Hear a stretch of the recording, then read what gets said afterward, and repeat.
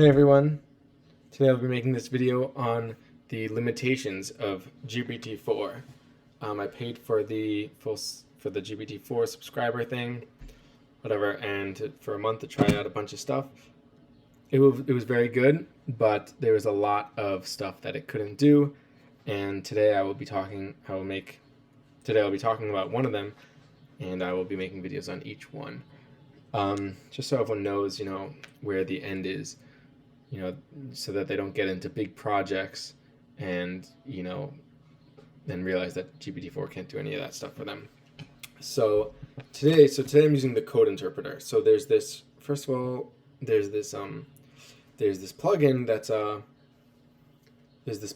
you can input a website URL and it could scrape it for you, and that works really well. That works amazing, perfect.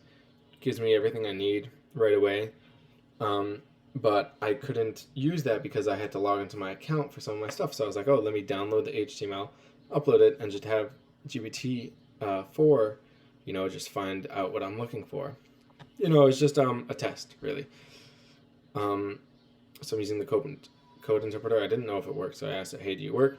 I was like, what's the SKU numbers on this page? I uploaded a page from my Etsy stuff, and it says, oh, hey, I don't have access to the page. Here's how you would find it. And I would be like, I gave you the page. And it's like, oh, I apologize for misunderstanding. It did a bunch of work. And then it says, hey, I can't find any SKUs. So basically I was having it parse, scrape a page that I uploaded for it.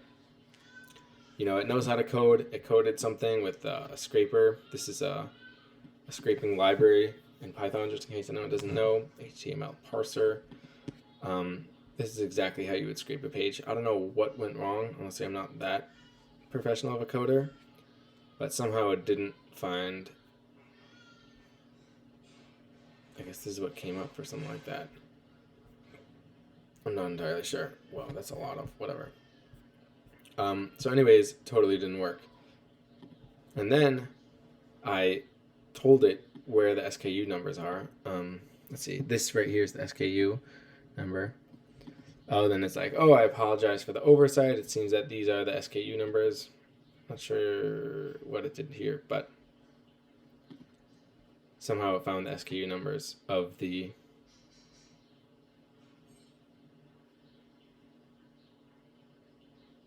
I'm not sure what it found, but it found the SKU numbers. I mean, the ones that I gave it, obviously. And then I was like, oh, hey, now find, one of them was that said transparent right next to it. The other one said white right next to it.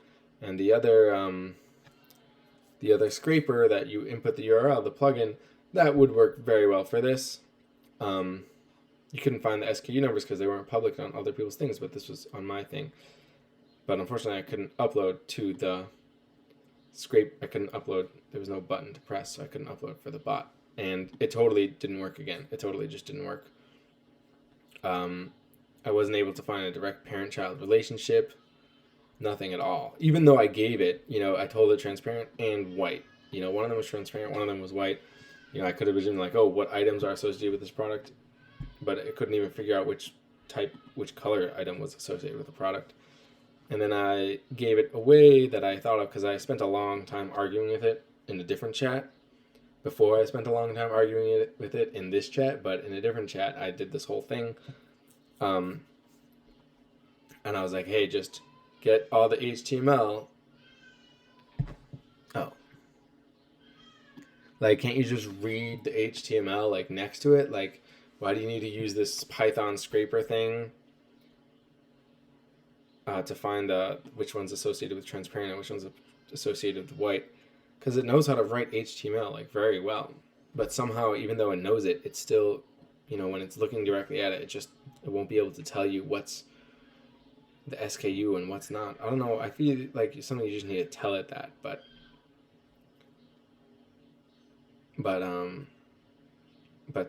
somehow, if you just tell it to do that, it won't be able to just look at the HTML and figure out what it's trying to say. It's just, I don't know.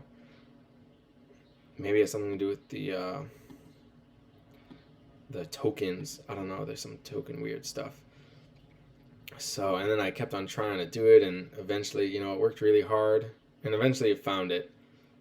And then I gave it another page, and I was like, do the exact same thing. Oh, look, and it found them. And then I asked it, like, hey, what colors? You know, it's still the same colors. You know, there's transparent and white. And then, you know, even though it found the SKU numbers, it still couldn't find at all what the transparent and white were. And I was like, how about you just guess instead of reading? And like, it tried guessing, and I was like, do this and get the 500. And then, like, I don't know, for some reason it wasn't even looking at the, I don't know what it was looking at, but I don't know. Basically, you know, I spent a long time just trying to get the,